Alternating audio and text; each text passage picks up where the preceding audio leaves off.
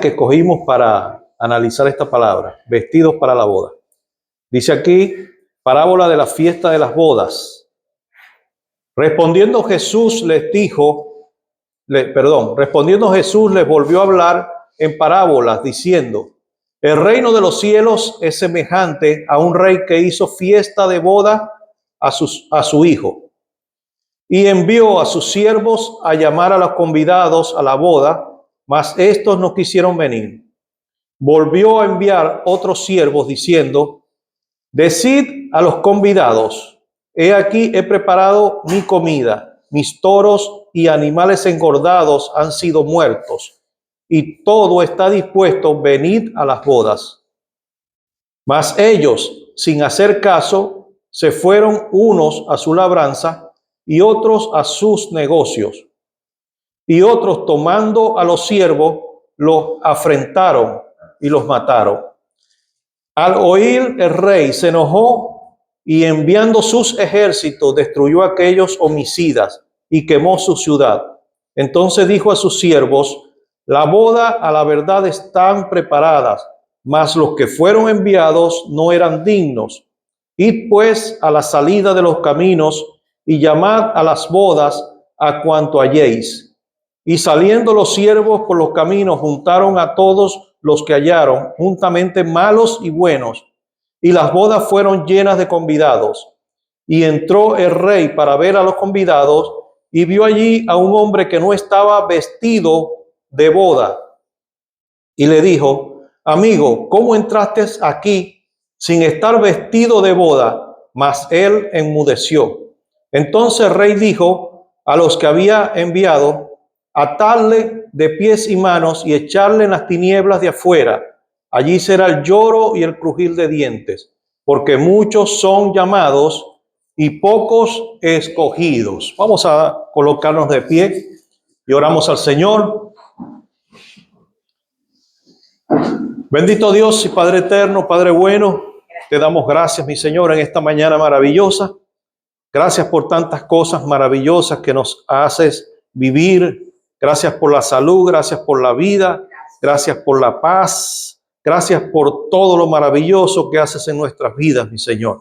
Gracias por ese sacrificio en la cruz del Calvario que nos han hecho justos y santos para ti y apartados para tu gloria y para tu honra. En este momento nos disponemos a escuchar tu palabra, mi Señor. Queremos que sea tu Espíritu Santo enseñándonos en esta mañana y nosotros disponemos de nuestros corazones, nuestras mentes para escuchar tu palabra y que esa palabra sea de edificación para tu iglesia. Quítalos las vendas espirituales de nuestros ojos, de nuestros oídos, de nuestro corazón, para que esa palabra germine y se haga carne de nuestras carnes y se experimente en nuestro diario vivir. Gracias, Padre, por tu amor, por tu gloria, y en el nombre de Jesucristo, amén y amén. Se pueden sentar, mis hermanos. Bendecido sea nuestro Padre Celestial. En esta mañana, nosotros la semana pasada, como les dije al principio, empezamos un tema que se titula Vestido para la boda, ¿verdad que sí? Vamos a hacer un recuento porque muchos de los que hoy están acá no estuvieron la semana pasada. Levanten la mano los que no estuvieron. Más o menos la mitad de la persona. Entonces vamos a hacer un recuento rápido de lo que vimos la semana pasada para que puedan comprender el tema que ya estamos prácticamente por finalizar, ¿no? Entonces teníamos como palabra básica o base la parábola de la fiesta de las bodas. La ilustramos la semana pasada con una boda real, una boda que se llevó a cabo en Inglaterra, donde se estaba casando el hijo del rey Carlos, que se llama Guillermo, y la princesa Caterine. Eso ocurrió en el año 2011 y fue televisado a todo el mundo. Realmente estaba invitado todo el mundo, pero muy pocas personas fueron las que pasaron realmente al castillo de Buckingham para celebrar la boda junto a la pareja real. Comentaba que en ese momento todas las personas de Londres se dieron cita o muchas de las personas se dieron cita a la boda, donde el palacio estaba rodeado por más de 2 millones a 3 millones de personas que se habían comprado tremenda pinta, estaban vestidos para la boda, para la fiesta, pero lamentablemente quedaron afuera, no pudieron entrar. ¿Por qué? Porque bueno, muchos eran los invitados y pocos los escogidos. El palacio tenía una capacidad para ciertas personas, por lo tanto no cabían dentro los 2 o 3 millones de personas que se dieron cita allí. Sin embargo, la gente estaba feliz, contenta, se había comprado su mejor ropa, lucía sus mejores atuendos, había invertido un dinero en su vestimenta, más ellos disfrutaron a su manera, pero yo pienso que no es el mismo disfrute ver la boda desde afuera que ver la boda y estar adentro, comer con el rey, ¿verdad? Disfrutar con el rey, bailar con el rey, no es lo mismo.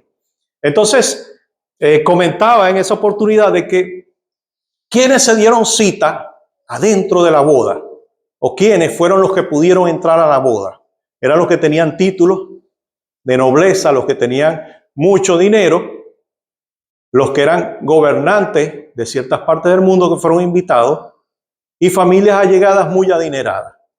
De repente, las personas que estaban afuera se habían comprado una ropa o una vestimenta, pero más nunca iba a ser como las que estaban adentro, ¿verdad?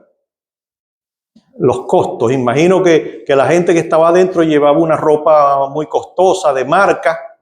Entonces, también refería que el versículo que estamos tratando, o la palabra que estamos tratando, nos refiere a unas bodas que van a acontecer. ¿Cuántos creen que ya las bodas del Cordero están a punto de acontecer? Porque hay muchas personas que creen, no, que es dentro de 50 años, 100 años. Yo pienso que es muy pronto, que ya las condiciones están dadas y las señales de las cuales habló Jesús se están dando una tras de otra y cada vez más seguida. Entonces yo soy de los que piensa que ya esto que estamos estudiando en la mañana de hoy está a punto de acontecer.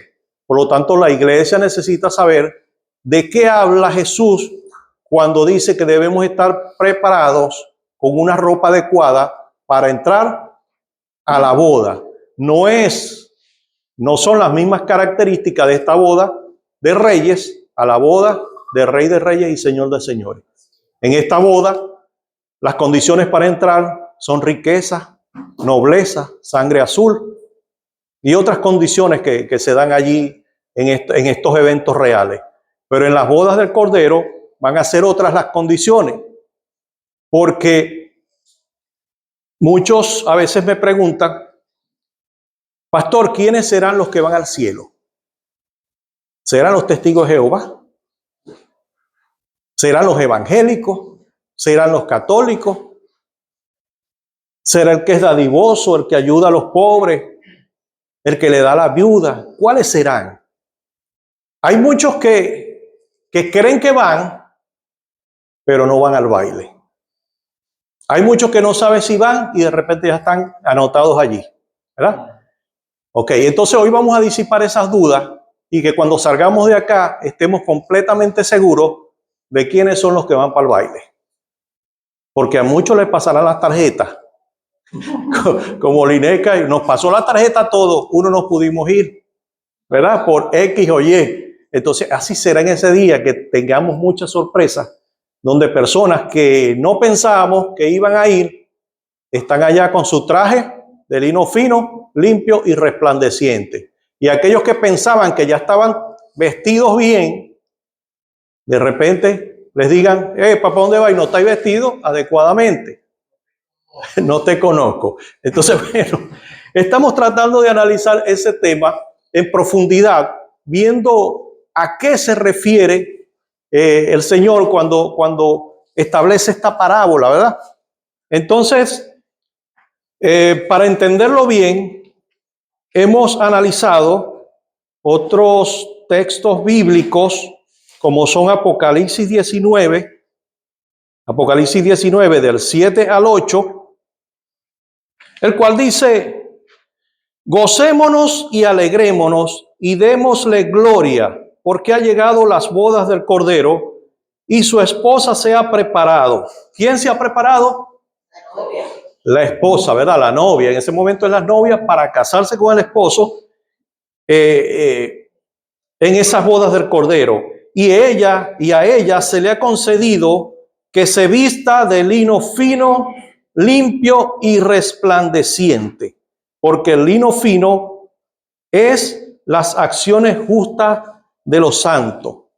Entonces aquí conseguimos algo que me llama mucho la atención, que para ir a la boda hay que tener estas vestiduras que tienen ciertas características, que tienen que ser de lino fino, limpio y resplandeciente. ¿Ok? Entonces allí me dice algo, allá me dijo que aquel personaje no estaba vestido para la boda, por lo tanto fue rechazado, ¿verdad? En Mateo 22. Aquí me dice que el vestido adecuado para entrar a la boda es un vestido que tiene esas características, lino fino, limpio y resplandeciente. Ahora, ¿dónde compraré ese vestido? ¿Dónde lo compraré? ¿Quién me lo da? ¿Quién me lo da? ¿O cómo soy merecedor de ese vestido? ¿Ok? Entonces, ese es el tema que vamos a tratar en profundidad. A ver cómo hacemos nosotros para no solamente ser invitados a la boda del Cordero, sino estar seguros de que podemos entrar a esas bodas y no quedarnos afuera. ¿Ok? Para comprender mejor esto, tenemos otro texto que nos dice en la historia de Nicodemo. Se la conocen, ¿verdad? En Juan 3:1. ¿Qué dice la historia de Nicodemo? Nicodemo era un principal de los judíos que llegó una noche a hablar con Jesús. Y fíjense que él reconoce a Jesús como maestro, aun siendo él maestro, doctor en la ley, y como dice, es principal de los judíos. Era una persona que era participante del Sanedrín, es una persona conocedora de la palabra. Y le dice, lo reconoce como maestro, le dice, maestro, yo he venido a ti porque te reconozco como maestro, porque nadie hace las obras o nadie hace las señales que tú haces.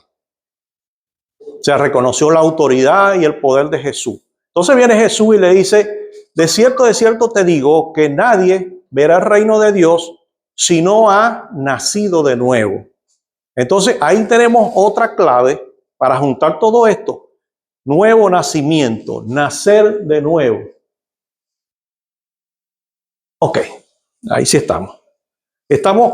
Me hicieron la sugerencia la semana pasada y muy buena. Pues me dicen, el tema es bueno, es amplio, pero a veces uno necesita ciertas instrucciones acá para que nosotros podamos ver y saber de qué se está tratando el tema, ¿verdad? Y así creo que es mejor. Entonces vemos que hay una condición que es un nuevo nacimiento. Dice Jesús, no puedes ver el reino de Dios, mucho menos entrar en él, si no has nacido de nuevo. Y Nicodemo le dice, bueno, pero ¿cómo es eso? Y él le dice, bueno, pero no eres doctor de la ley, no sabes nada de eso. Ok, él le dice, ¿será que tengo que entrar en el vientre de mi madre y volver a nacer? Le dice, no, el que nace de carne, carne es. El nuevo nacimiento no se trata de volver a nacer en cuerpo, sino de volver a nacer espiritualmente. Porque resulta que el ser humano estaba destituido de la gloria de Dios por el pecado y había muerto espiritualmente. Su espíritu estaba muerto. Entonces, eso es lo que le dice Jesús. Tienes que volver a vivir, tienes que volver a nacer, el nuevo nacimiento. Entonces, ¿a qué se refiere eso del nuevo nacimiento? ¿Cuándo se da? ¿En qué momento se da y cómo se da? Ahora vamos a analizar ese punto. Estamos haciendo un recuento rápido porque ya lo vimos la semana pasada, ¿verdad? ¿Sí se acuerdan? Ok. Entonces, fíjense, nuevo nacimiento. Para que haya un nuevo nacimiento, tiene que haber provisiones.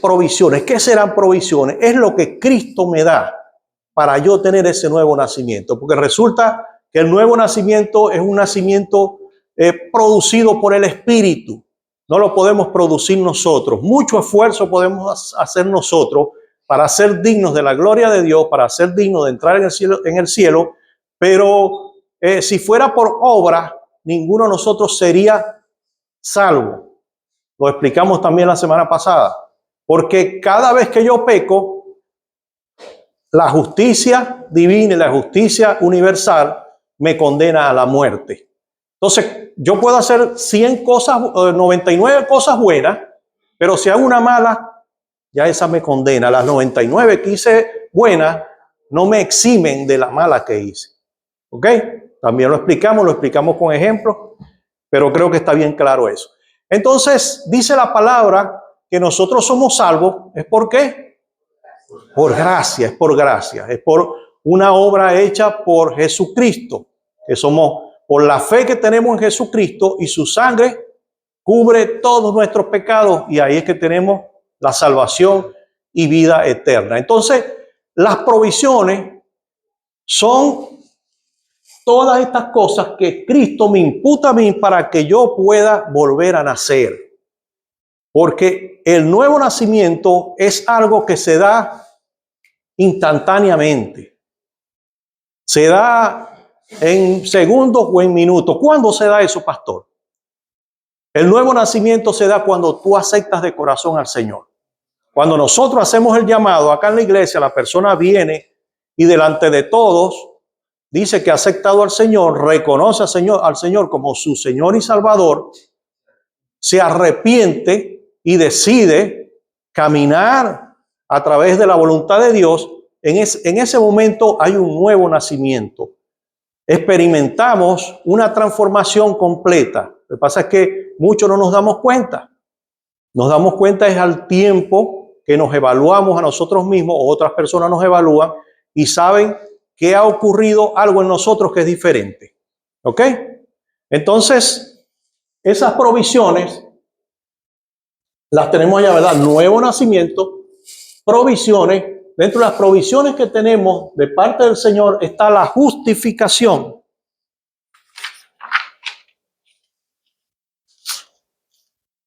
La vemos allí, ¿verdad? Provisiones, justificación. ¿Qué será la justificación? Ser libres de algo. Ser libres de algo, justo, ¿verdad? Justo. Ok. No queda sin nada de lo que teníamos antes. Ok. Porque ser justo es tener por lo menos integridad, rectitud. Cuando una persona es recta, es íntegra, podemos decir es justo. Justo viene de justicia. Cuando se le aplica la justicia a esa persona, no se le encuentra culpabilidad, como a Jesús. Fíjense que Jesús estuvo ante Pilato y lo querían enjuiciar, ¿verdad? ¿Y qué dijo Pilato? No hallo nada en él. Si ustedes lo quieren jugar, júganlo ustedes, pero yo no puedo porque no hallo, no sé de qué lo están incriminando. Eso es justicia. Pero imagínense que nosotros vamos a un tribunal y nos saquen todo el expediente que tenemos y nos empiecen a juzgar por cada uno o por cada una de las cosas malas que hicimos, de los pecados. Saldremos de ese tribunal con ¿cuántos años? ¿Cuántos años? A veces hay criminales que le imputan tantos crímenes que le meten 500 años y a duras penas llegará a 700. Que tiene que volver a vivir 5 años para pagar su condena. Bueno, así seríamos nosotros.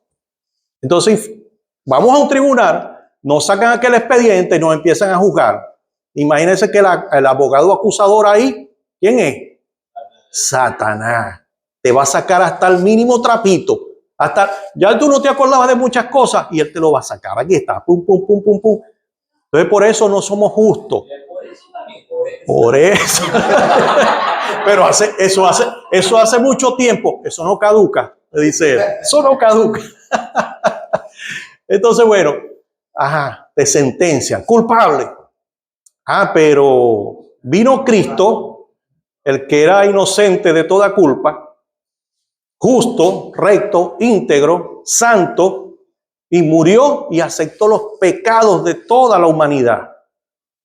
Y el que era justo se hizo injusto por toda la humanidad. ¿Verdad que sí? Ay, Cristo pagó el precio del pecado de nosotros. ¿Cuál es el precio del pecado? La muerte. El precio del pecado es la muerte. Ahora te dan años de cárcel. Pero la ley universal dice que el precio del pecado es la muerte. Entonces Cristo tuvo que pagar un pecado con la muerte, con su sangre. Pero ahora esa muerte y esa sangre es la que me libera a mí del pecado. Y eso es la justificación. La justificación es que Cristo murió por nosotros y por su sangre nosotros somos libres y absueltos de toda culpa. Ahora Satanás puede sacar las listas que sea, pero está el abogado defensor, que es ¿quién? Cristo Jesús, que dice, hermano, hay mucha deuda, pero ya yo pagué toda esa deuda con mi sangre, con mi sacrificio. Entonces nosotros estamos justificados. Somos justos, somos rectos, somos íntegros, no por nosotros mismos, sino por Cristo Jesús. Estamos en Él, dentro de Él, y Él nos justifica. Esa es la justificación. ¿Ok? Dice Romanos 3:24, siendo justificados gratuitamente por la gracia mediante la redención que es en Cristo Jesús, a quien Dios puso como propiciación por medio de la fe en la sangre para manifestar su justicia. Vemos entonces ahí que la justificación es una imputación. ¿Qué es una imputación? Imputación es cuando alguien me coloca algo, me da algo, me ofrenda algo, me da el saco, yo me lo pongo, estoy imputado. ¿Y este saco de quién es? Si me lo da Cristo, es Cristo. Entonces, cuando Cristo nos justifica, es que nos cubre con su sangre. Y ahora, el Padre, ¿a quién ve? No lo ve usted, sino que ve a Cristo Jesús. Como la historia de Jacob. ¿Se acuerdan la historia de Jacob? Que Jacob, para aceptar o para ir en pos de la bendición de su padre, se tuvo que disfrazar del primogénito que era Esaú. ¿Y qué tuvo que hacer? Se colocó una vestimenta peluda, porque Esaú era peludo y él no. Para que cuando lo tocara su padre, que ya estaba ciego, estaba bastante avanzado de edad, cuando lo tocara, decía, este es Esaú, porque está peludito. Entonces así es el Padre cuando nos ve a nosotros.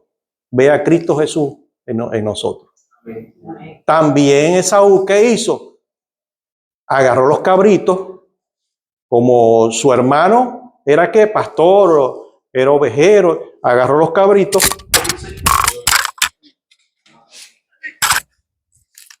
y se impregnó del olor de su hermano, ¿verdad? De los cabritos. Cuando llegó ante el Padre, ¿cuál fue el aroma que le dio? El de Saúl, el de los cabritos. Bueno, tenía un olor característico y ya el Padre conocía. El Padre conoce el olor, el aroma, las características, conoce a su hijo. Su hijo. Entonces Él nos percibe a nosotros como su hijo. Esa es la imputación. Todo lo que Cristo es, nosotros lo somos, pero porque Él ha sido justo, no por la justicia de nosotros. ¿Ok? Vamos a la segunda provisión, que es la santificación. La santificación. La santificación, muchos de nosotros podemos creer, vamos a buscar un concepto por acá, que es el concepto que se maneja muy a menudo, porque podemos decir que la santificación también es rectitud.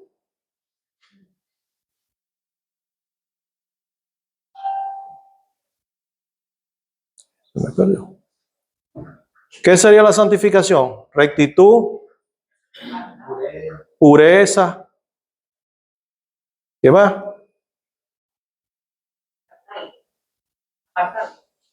Apartado. Ajá, ese es el significado primario. Pero entonces el significado que todos conocemos es ese de pureza, de una persona íntegra, una persona bondadosa. Yo estuve, de hecho, prediqué no sé mucho acerca del tema. Y estoy investigando porque hay dos palabras, santidad y santificación. Ajá. Y se asemejan, pero no son lo mismo. Santificación es el proceso inmediato que hizo el Señor Jesús. Ya. O sea, de liberarnos y volvernos. Pero ahora la santidad es un proceso después de ese evento. Bueno, ahí estamos manejando los dos, ok.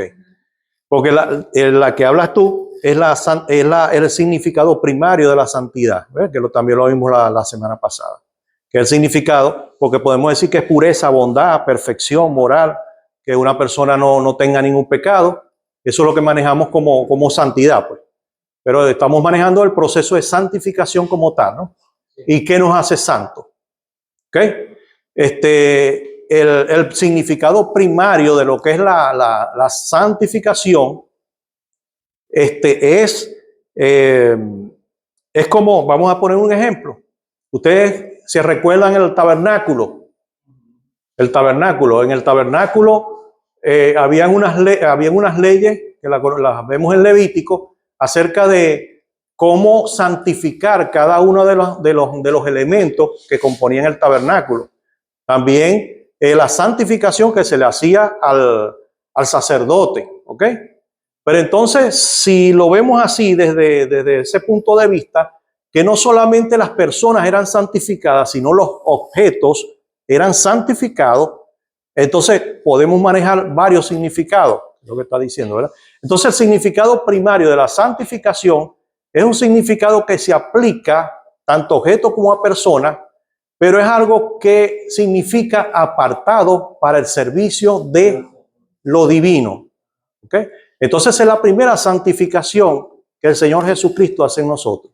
Por eso es algo instantáneo. Ajá, recibimos al Señor, inmediatamente somos imputados con la justicia, pero también somos imputados, santificados, por la santidad de Él, nos aparta para su obra. ¿Ok? Así es. Entonces ese es el significado primario. Habíamos colocado un ejemplo la vez pasada, que yo les había dicho que en un cúmulo de basura, ¿verdad? Había un objeto que era un jarrón. Entonces una persona pasaba por allí, vio el jarrón, vio los objetos que puedo recolectar de aquí, agarró el objeto, que es el jarrón, y lo llevó a su casa. Una vez que lo lleva a su casa, ahí hubo un proceso de separación, ¿verdad? El jarrón estaba en medio de la basura, estaba en medio de los escombros, pero fue llevado por esta persona y lo escogió y lo llevó a un sitio mejor que el que estaba allá. ¿Lo ven? Entonces ese es el proceso de santificación. Lo sacó. Es cuando el Señor nos saca de las tinieblas y nos lleva a su luz admirable. Nos introduce en el reino para luego procesarnos. Pero el primer proceso de santificación es inmediato porque Él nos tomó y nos apartó. Esa es la santificación primaria. Apartados, es inmediato, ocurre inmediatamente y para siempre. No es que, bueno, y si yo me voy de aquí, me voy otra vez allá, pero estamos apartados. Ya cuando volvamos allá, si la persona ha nacido de nuevo, y eso es muy importante, si la persona verdaderamente ha nacido de nuevo, ha tenido ese proceso de regeneración y ha tenido todo esto que vamos a explicar aquí, esa persona de repente, o ese jarrón, de repente puede volver allá a la basura, a las tinieblas. Pero ¿qué es lo que pasa? Que ya no va a ser el mismo. Porque ya ha sido limpiado por Jesucristo acá, y cuando llegue allá ya se va a diferenciar de aquello. Y de repente va allá y trae a muchos con él. Y no se va a sentir igual allá, porque va a haber la inmundicia. Mientras que estaba allá, él estaba en medio de la inmundicia, él era inmundo y no se daba cuenta. Pero lo que fue apartado, retirado para acá, ya él tiene otra naturaleza. Su corazón ha cambiado, su mente ha cambiado y es totalmente diferente. ¿Lo vemos? Ok. Entonces, Ese es el primer proceso dentro de la fase de la santificación. Tenemos lo que es la santificación primaria, ¿verdad? Ahora, de la que hablaba ella, de la santidad. ¿Dónde queda la santidad? Porque si estás imputada, yo no hago nada ahí. Entonces hay muchos que dicen, no importa lo que yo haga, como yo peque y lo que sea, ya yo fui apartado, ya está listo, yo ya me gané el cielo, haga lo que haga. Bueno, hay que ver porque como yo decía, tenemos que pasar por un proceso. Ahí ese jarrón va a entrar en un proceso. Hasta ahora lo llevó de la mano y lo metió allá. Y ahora es que va a empezar el proceso de embellecimiento de ese jarrón.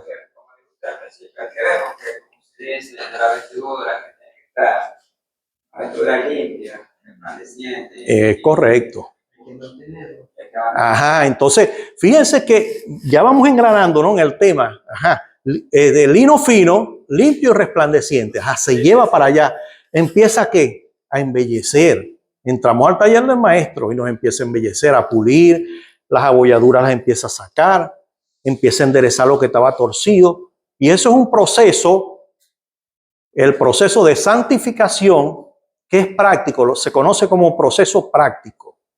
Es práctico y es un proceso. ¿Por qué? Porque lleva tiempo. Desde el momento que iniciamos en ese recorrido junto al maestro hasta que seamos llevados o vayamos a la tumba. Es un proceso que dura todo el tiempo. Pero como decía yo, ese proceso tiene que dar su fruto, porque no es posible que una persona que se haya entregado al Señor y tenga 15, 20 años dentro del Evangelio y siga siendo la misma persona y nosotros no veamos ningún cambio en él. ¿Qué pasaría allí? ¿Qué pasa ahí? No hubo un nuevo nacimiento, ¿verdad? Ahí vemos que es evidente que no hubo un nuevo nacimiento. ¿Y eso será culpa de Cristo? ¿Será culpa de la persona? Bueno, es una decisión, porque es una decisión. Hay muchas personas, como yo decía la vez pasada, hay muchas personas que aceptan al Señor porque tienen una enfermedad, por emocionalismo, por lo que sea. Y después, cuando uno le dice, vamos al bautizo, no, yo todavía no estoy preparado, ya va, calmate, y empiezan con el temor, con el miedo. ¿Y qué es lo que pasa ahí? Que aquel jarrón le gusta la basura, le gustan los escombros, le gusta estar allá, la inmundicia.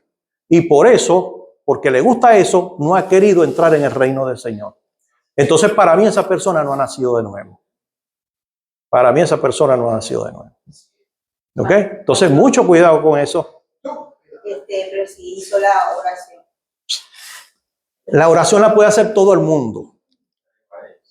Pero si no es una oración de corazón, sino que influyó allí el emocionalismo y tal, pero su mente estaba en otro lado. Hay muchas personas que aceptan al Señor cuando tienen un cáncer. Pero es por un interés. Porque el Señor sí reconoce los deseos de tu corazón. Y acuérdense que Él es omnipresente, omnisciente. Él no le va a mentir a nadie. Y una persona no puede mentir acá en la iglesia y entregarse. Y aquí entre nosotros pueden estar muchos. Pero Jesús dijo, ¿no? Este pueblo nadie me honra, pero su corazón En otro lado. ¿Ves? Entonces, es así. Por eso es que... Yo creo que si tuviésemos los tiempos de Ananías y mira, yo creo que todos tuviésemos Gracias a Dios que estamos bajo la gracia ahorita. Vamos a ver. Entonces, entonces estamos en ese proceso de santificación, ¿verdad? Fíjense lo que dice Colosenses 3:1. Revestidos del nuevo hombre, el cual conforme a la imagen del que lo creó, se va renovando hasta el conocimiento pleno. Revestidos del nuevo hombre. Vestidos del nuevo hombre. El cual conforme a la imagen del que lo creó. ¿Quién nos creó? De nuevo. Jesucristo. Se va renovando hasta el conocimiento pleno. Se va renovando. Un proceso, renovación. Y ese proceso depende de nosotros. Pero no es para quedar, porque es un proceso que puede quedar estancado. Exacto. Evolución. Entonces, cuando tú estás consciente de que verdaderamente naciste de nuevo y que vas por un buen camino, cuando tienes un cambio progresivo, cuando tu vida va cambiando. Por eso Jesús dijo, por sus frutos los conoceréis. O unos tienen más frutos que otros, pero bueno, frutos al fin. ¿Y cuáles son los frutos? Los frutos del Espíritu. Los frutos del Espíritu, porque no, por su fruto, y mucha gente piensa, no, los frutos son hablar en lengua, esto no son los frutos del Espíritu, es una manifestación que es del Espíritu, no es de nosotros. Pastor, pero ¿por qué esa persona habla en lengua y esto y lo vemos profetizando y es un impío y está? Porque esos son los frutos del Espíritu, de repente lo utilizó, pero él no ha sido transformado, porque con la otra parábola que utiliza Jesucristo ahí, que muchos llegarán allá y dirán, Señor, Señor, Señor, déjanos entrar, apartados de mí, hacedores de maldad. Véntale, pero si en tu nombre echamos fuera demonios, hicieron obra. Eran carnales con dones, pero no habían nacido, no habían, eso estaba buenísimo, ¿verdad? Carnales con dones. Anótalo ahí. Con la firma de Leonardo. Carnales, con dones, porque todos tenemos dones. Entonces, fíjense, ese es el proceso entonces que vemos allí de santificación, el práctico, que es el que hace el Señor en nuestro carácter y es el que le cuesta más al Señor. Los otros no les cuesta nada, porque todo es por gracia. Pero allí nosotros tenemos que poner un poquito de esfuerzo allí. Un poquito de esfuerzo. Es la transformación que se da en el carácter, moldear nuestro carácter. Es un proceso de largo tiempo y que se da en el alma. ¿Estamos viendo el cuadro ahí? Estoy con el cuadro. Ok. Fíjense que el primario, se da en el espíritu. La santificación primaria se da en el espíritu. Ok. El Señor, yo me entregué al Señor, vamos a suponer que es en ese momento que yo recibí verdaderamente al Señor o cuando me bauticé. Porque eso debería ser, yo creo que debería ser uno solo. Pero bueno, no están dadas las condiciones, no tenemos la piscina. Si compramos allá, de repente hacemos una piscina y ahí mismo se entregaron, vamos a darle su chapuzón de una vez, para que no se arrepienta después. Entonces, bueno, recibió al Señor, inmediatamente ocurre la justificación. Y esta santificación primaria, ¿verdad? Se da en el alma. Se da, la primera en el espíritu. ¿Por qué? Porque resulta que si Cristo me justifica a mí y ya yo no tengo pecados imputados y me aparta, soy santo porque Él es santo, ya yo puedo recibir el Espíritu Santo. ¿Lo ven así? Está claro, ¿verdad? Ya yo puedo recibir en mi interior porque mi cuerpo está limpio, mi espíritu está limpio, mi alma está limpia. Porque la sangre de Cristo me limpió completamente. Entonces yo recibo el Espíritu Santo y allí el Espíritu Santo, ¿dónde actúa primero? En el espíritu, se conecta con mi espíritu y desde ahí empieza a trabajar. Por eso es un error cuando muchas personas me dicen, mire, pero yo no me entrego al evangelio porque todavía no estoy preparado, porque no creo si puedo o no. No, si lo hace de corazón, no importa que sea el peor pecador del mundo, pero ya con el Espíritu Santo dentro, la cosa cambia. Porque ya Él viene para cumplir las funciones ¿de qué? De enseñarme, de entrenarme, de redarguirme, de corregirme, de fortalecerme. Y ya está dentro de mí, ya empieza ese trabajo que me hace más fácil el proceso de santificación práctica. ¿Lo estamos viendo? Que es el segundo que tenemos ahí. Porque ya el Espíritu Santo está actuando, ya no soy solo, ya no estoy solo, sino que estoy con Él. Ok, vamos bien, ¿verdad? Sí. Ahora vamos a ver el último proceso de eso de santificación, que es la santificación final. Porque muchos me preguntan, pastor, pero ¿llegaremos a la plenitud de Cristo, como dice esa palabra? ¿Qué piensan ustedes? ¿Llegaremos aquí en vida a la plenitud de Cristo? ¿A ser exactamente como Cristo? ¿Sí lo vamos a lograr? Sí, Ay, son. Gloria a Dios. Gloria a Dios. No vamos, no, para mí no. Y el mismo Pablo lo dijo. Para llegar a Cristo ya sería cuando Okay. partamos con Él. vamos a tener un cuerpo glorificado. Ahí sí vamos a eso, esa, porque esa es la santificación final. Nosotros de repente morimos, o cuando venga el rapto todavía no hemos alcanzado un 100% la plenitud de Cristo. Pero hemos transitado, hemos hecho el esfuerzo, Cristo nos ha desarrollado, nos ha hecho muchas de las cosas que necesitábamos. Pero esa transformación, porque acuérdense que estamos hablando del nuevo nacimiento, el nuevo nacimiento es una regeneración, y aquí todas las cosas son hechas nuevas. Entonces, ese nuevo nacimiento me lleva a una transformación en todo mi ser, una transformación en mi espíritu, una transformación en mi alma. Faltaría el cuerpo, porque no vamos a resucitar en espíritu. ¿Sí lo estamos viendo? Entonces la última fase es cuando Él venga por su iglesia para las bodas estas del Cordero. ¿Ok?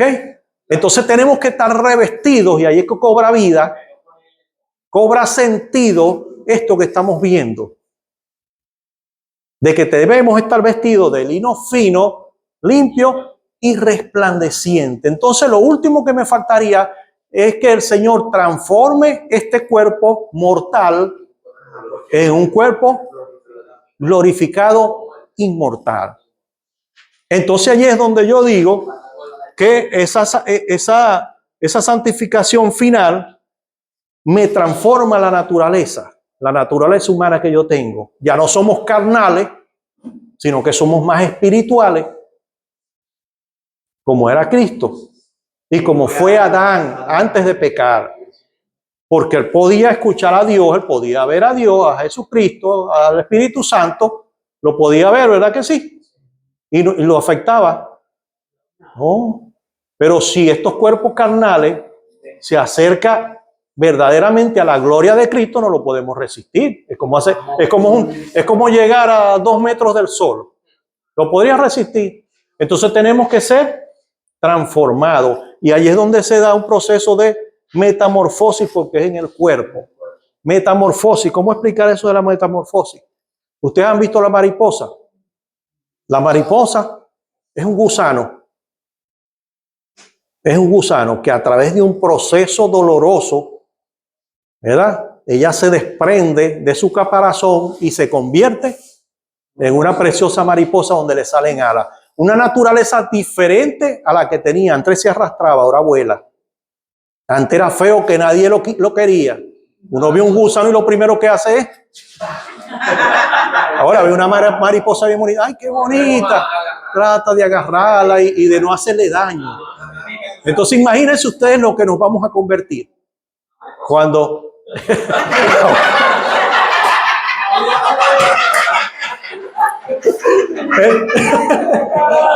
Pero,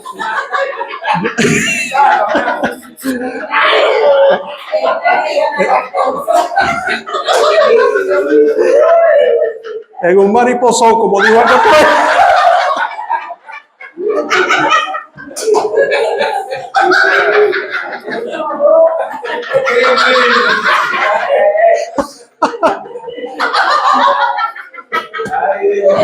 No, tenés que ponerlo.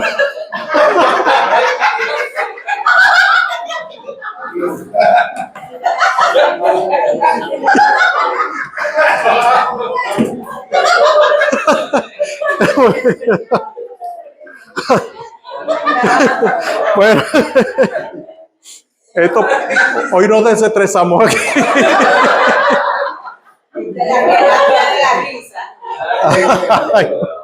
Bueno, fíjense lo que dice Filipenses 3, 20, 21.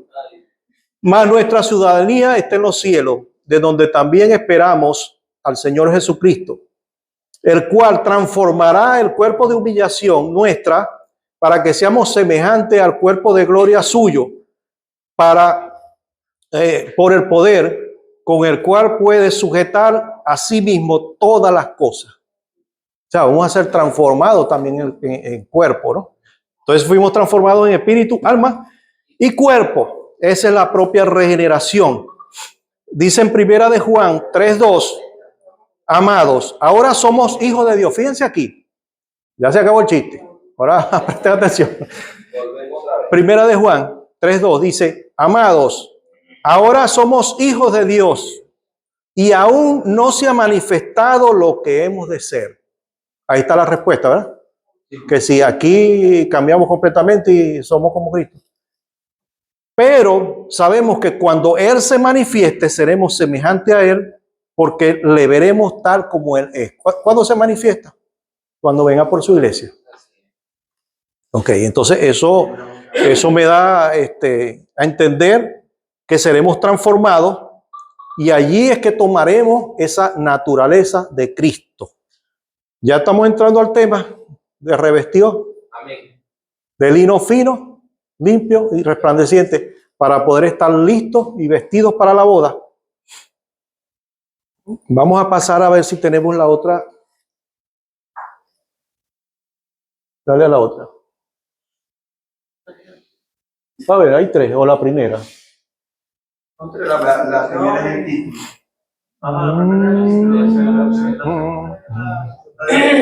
Ok, esa, bueno, no la hice. Aquí. Bueno, entonces, vemos entonces que ya concluyendo el tema, ¿a qué se refiere esas vestiduras de las que está hablando Apocalipsis 19, 7 y 8? Fíjense que dice que esas vestiduras tienen que ser de lino fino. Cuando hablamos de lino fino, ahí también dice que son las acciones justas de los santos. Ya vimos que la justicia que nosotros tenemos como santos no es por nuestra propia justicia, sino es por la justicia imputada de parte de Dios, ¿verdad? De parte de Jesucristo. Y buscamos algunos simbolismos de lo que es el lino fino y nos vamos a ver, nos trasladamos a la época del tabernáculo. Las cortinas, ¿verdad? Los velos estaban hechos de lino fino y eso era o simbolizaba la santidad, la rectitud, la pureza. Entonces ese lino fino del que está hablando me está hablando de este proceso de justificación. Yo no hice ese cuadro, ¿no? No está ahí, ¿verdad? Ah, ok, ese que tenías ahí, para ver. Ahí está, miren. Claro. Entonces, fíjense, lino fino, acciones justas, eso es la justificación y en la transformación que se da en el espíritu, que se llama metaneuma. Metaneuma. Hablé de eso, hoy no hablé de eso, metaneuma. Ok, metaneuma es la transformación que existe en el espíritu, que se da en el espíritu. Metaneuma, neuma es viento, espíritu. Entonces, ya cuando me está diciendo que me tengo que vestir de lino fino, está refiriéndose a que una persona que esté allá ha sido transformada a través de la imputación de la justicia, la cual me llevó a una metaneuma, a una transformación del espíritu. Fíjense que está en secuencia, lino fino. Me imputa su justicia. Yo soy justo porque Él es justo. Venimos al Evangelio, somos justos. La primera santificación también está incluida allí, en el lino fino. La primera que es apartado, también está incluida ahí. De aquí la quitan de aquí la primera y la ponen para allá, porque es aquí, lino fino. Ahora, limpio, lino fino, limpio, es otro proceso, que es donde entra en juego la pureza, la santidad, la santificación práctica o el proceso por el cual pasamos. Lo voy a explicar. Cuando el sacerdote hacía los servicios en el tabernáculo, se colocaba una ropa, ¿verdad? Una vestimenta, unos atuendos, que eran ¿de qué? De lino fino. De lino fino. Y eso decía santidad, pureza, justicia. Ok, ahí estamos viendo eso, ¿verdad? El lino fino. Pero él ofrecía en la primera parte, que era el atrio, ofrecía sacrificios para expiar los pecados de la gente, del pueblo. Sí. Entonces, él tenía que degollar los animales y colocarlos en el altar del holocausto para quemarlo y ofrecer olor grato a Dios. Eso era un ritual. pero él se ensuciaba de la sangre y de todo eso que hacía allí. Él, para entrar al lugar santo, tenía que limpiarse, porque si no iba lleno de sangre y ahí podía morir también. ¿Qué había antes de entrar al lugar santo? Era un elemento que se llamaba el lavacro, o un altar para lavarse, que era una ponchera grande de bronce con agua, ¿verdad? Eso también servía como un espejo. Cuando el sacerdote iba a lavarse allí para no entrar sucio al lugar santo, no se podía entrar sucio, él se miraba. Eso es un reflejo de la palabra de Dios, que nos limpia, nos purifica y nos redarguye también. Y hace ver cuando nosotros somos pecadores o no. Por eso es que el Espíritu Santo nos... ¿Para qué está el Espíritu Santo? De pecado, de justicia y juicio. Entonces él venía y se veía a sí mismo y ahí él se podía autoanalizar y decir, ¿estoy apto para entrar allá o no? Se limpiaba, ¿ok? Así podemos ser nosotros. Nosotros pasamos de un lugar a otro a través de la justificación, a través de la primera santificación, pero ya en el proceso, si me están captando, en el proceso, en el segundo proceso práctico de santificación, tenemos que pasar por esto, por esa metanoia, que es un proceso donde yo tengo que cambiar mi alma, mi sentimiento, mi mente, una transformación de mi mente. Ya no es de espíritu, ya es de mente. Y ahí es que yo experimento un nuevo carácter. ¿Correcto? Entonces, esa es la limpieza. Lino fino, limpio. Ahora estoy limpio por la palabra y vamos a ver qué nos dice ahí. Efesios 5:25. Efesios 5:25 al 27 dice: maridos, amad a vuestras mujeres, así como Cristo amó a la iglesia y se entregó a sí mismo por ella, para santificarla, habiéndola purificado en el lavamiento del agua por la palabra. Lavamiento, fíjense que todo lo que estamos hablando está allí.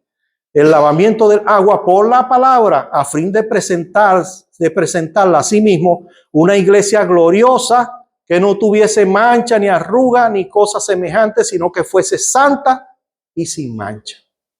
¿La purificó a través de qué? La palabra. Así que, ¿qué debemos hacer nosotros? ¿Qué es lo único que nosotros podemos hacer? Lo demás todo es imputado es por gracia. Lo único es, en este proceso de limpieza, tratar de leer la Biblia, señores, que es la que me da esa renovación de mente. Y esa mente va a conllevar a que yo tenga un nuevo carácter, a tener una regeneración, porque Cristo está actuando a través de eso. Muchos que dicen, no, pero si Cristo no me lo dice en persona, me lo dice en el oído. No, Cristo habla a través de su palabra. También puede audiblemente, ¿no? Pero él tiene diferentes formas de hablar a través de esta prédica, a través de cualquier hermano. Habla, exacto. Es la palabra, es la palabra. Y la palabra que está escrita acá en la Biblia, no cualquier palabra. Porque ahorita estamos escuchando muchas cosas y unas supuestas revelaciones que nos paran los pelos. Entonces creemos, no, esa es la palabra de Dios y te los argumentan con versículos bíblicos, ¿no? Porque fue una revelación que me dio el Espíritu Santo en un encuentro que yo tuve con él. Hermano, hay que tener cuidado con eso. Medias verdades. Porque acá está escrito todo. Y lo que no está escrito aquí, no le crea a nadie. A menos que sea el Señor que se lo revele a usted. Pero de eso no vamos a hacer doctrina. ¿Ok? Entonces se da ese proceso allí, en donde tenemos que el vestido también es limpio. Ahora, en la última parte que dice que ese vestido debe ser lino fino, limpio y resplandeciente. ¿A qué se referirá con eso? Y resplandeciente. Vamos a buscar en 1 Corintios 15:51.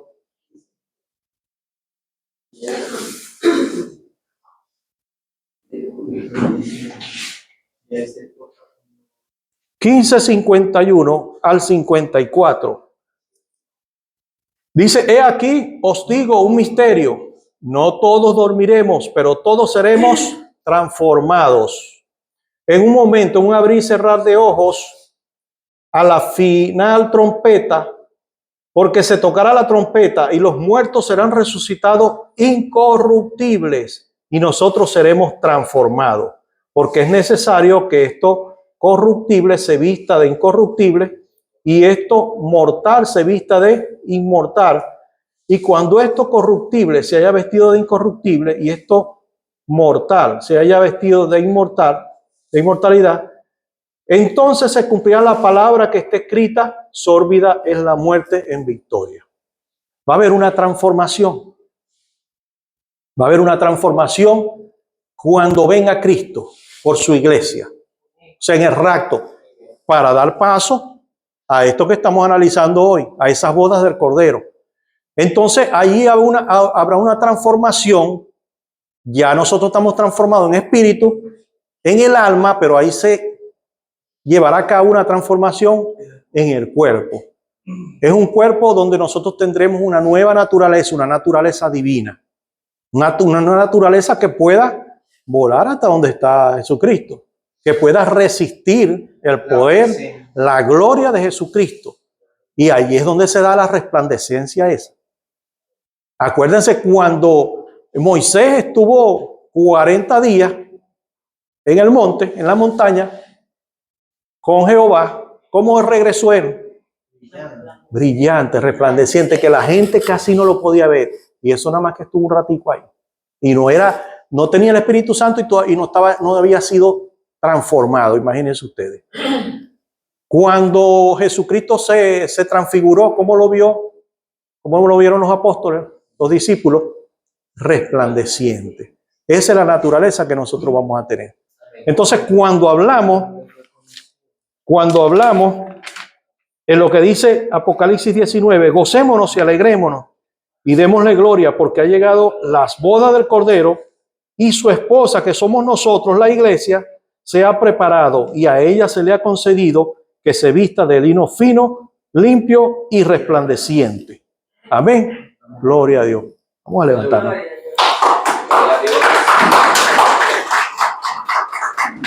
Hermano, porque y ya la conclusión final. Fíjense una cosa. Aquí analizando este tema, vemos la grandeza de Jesucristo y lo perfecto que fue el plan de Dios, donde prácticamente todo ese proceso por el cual pasamos es por gracia. Nosotros no tenemos mérito alguno allí. Porque todo es por gracia, todo es por imputación. Porque estableció un plan perfecto para que Cristo muriera por nosotros y nos diera redención y vida eterna a través de la justificación, a través de la santificación, para llevarnos a una salvación eterna. El único proceso en el que podemos decir que nosotros hacemos algo es en el proceso de santificación práctico, que es progresivo. Y aún así, yo lo veo que es por gracia, porque ese proceso no lo pudiéramos llevar a cabo si no tuviéramos el Espíritu Santo dentro. ¿Ven la importancia de eso? Por eso cuando me dicen, no, pastor, yo no me puedo entregar al Evangelio todavía porque no estoy preparado. No, quien te va a preparar es el Espíritu Santo. Tú lo que tienes que hacer es una decisión. Tomar esa decisión, yo no estoy preparado, yo no sé hacer nada, yo no sé esto, yo soy un pecador, arrepentirte y entregarte al Señor. Porque todo viene por gracia. Y ese proceso donde tenemos que hacer algo, el Espíritu Santo está allí. Él dice, yo te deposito mi Espíritu Santo para que Él te ayude, para que Él te dé fortaleza, para que Él te enseñe, para que Él te transforme, para que Él te renueve. Para que esta palabra que de repente no la entendía, pero ahora con el Espíritu Santo sí la vas a entender porque Él está para eso, para enseñarte. ¿Qué es lo que tenemos que hacer nosotros? Un poquito dedicado a la palabra de Dios. un poquito dedicado. Y hasta eso es por gracia. Pues cuando tienes el Espíritu Santo, Él te anima y te ayuda, te corrige, pero también te incita a buscar de la palabra, a buscar de la presencia de Dios. Porque así es que tú te sientes animado, te sientes gozoso de leer la palabra cuando tienes el Espíritu Santo. Entonces, eso también es algo que nosotros tenemos que ver. ¿Qué tan comprometido estoy yo con el Señor? Porque si el Espíritu Santo, si yo he nacido de nuevo y el Espíritu Santo está en mí, ese Espíritu Santo me va a incentivar a que yo busque de Dios, a que lea la palabra de Dios. Si yo no estoy leyendo la palabra de Dios y no estoy buscando intimidad con el Padre, algo está pasando allí. O no tengo el Espíritu Santo, o lo tengo, pero lo tengo opacadito. Y le estoy dando más importancia a la carne que al Espíritu. ¿Lo estamos viendo? Entonces este es un llamado a reflexión para la iglesia, hermano. Que hemos sido comprados con un precio muy grande. El precio de la sangre de Cristo, cual pagó todos nuestros errores, todos nuestros pecados. Ahora somos nosotros hijos de Rey de Reyes y Señor de Señores a través de ese sacrificio. Pero como hijos debemos ser agradecidos. Como hijos debemos ser responsables de la función que tenemos como iglesia. Y esa función, primeramente, entrenarnos para la batalla. A través de su palabra, entrenarnos para la batalla. ¿La batalla con quién? Contra nosotros mismos, contra el enemigo. Sabiendo que tenemos las armas espirituales necesarias para ganar esta batalla. Y que tenemos al guerrero que no ha perdido ninguna batalla. Lo tenemos con nosotros. Así que está asegurada la victoria, hermano. Está asegurada la victoria para aquellos guerreros que sean fuertes, que sean comprometidos con la palabra de Dios. Amén. Vamos a darle un fuerte aplauso al Señor en esta hora. Santo, te damos gloria, te damos honra. Bendito Dios, Padre eterno, te doy gloria, te doy honra. Oh, Santo, gracias por esta palabra, mi Señor. Gracias por aclararnos este panorama. Gracias, mi Dios. Gracias, Espíritu Santo. Porque esto me ha aclarado y me ha hecho entender el gran sacrificio que hiciste por nosotros y ese gran plan que se estableció desde antes de la creación del mundo para que nosotros fuéramos salvos, mi Señor. Y nos convencemos hoy de que es por gracia, de que es por tu gracia, de que un regalo inmerecido, porque somos pecadores y por nuestra propia justicia no pudiéramos llegar al Padre. Pero que por tu sacrificio en la cruz hiciste ese puente, Padre. Hiciste ese puente a través de Jesucristo para llegar a ti y reconciliarnos contigo. Gracias, mi Señor. Gracias, Padre. Ayúdanos en este camino que tenemos por delante a ser más diligentes, comprometidos para ser instruidos y transformados a través de tu palabra y a través de tu presencia maravillosa. Incítanos a tener una comunión contigo diariamente, a buscar tu rostro más que a las añadiduras, más que a tus favores, buscar tu rostro, demostrarte nuestro amor y nuestro cariño, mi Dios, así como tú lo has demostrado hacia nosotros, para enviar a tu Hijo a morir por cada uno de nosotros. Te damos gloria, te damos honra, mi Dios, en el maravilloso nombre de tu Hijo amado, Cristo Jesús. Amén y amén. Bueno, mis hermanos, nos vemos. Vayan con Dios. La tercera parte. ¿Ah? La tercera parte.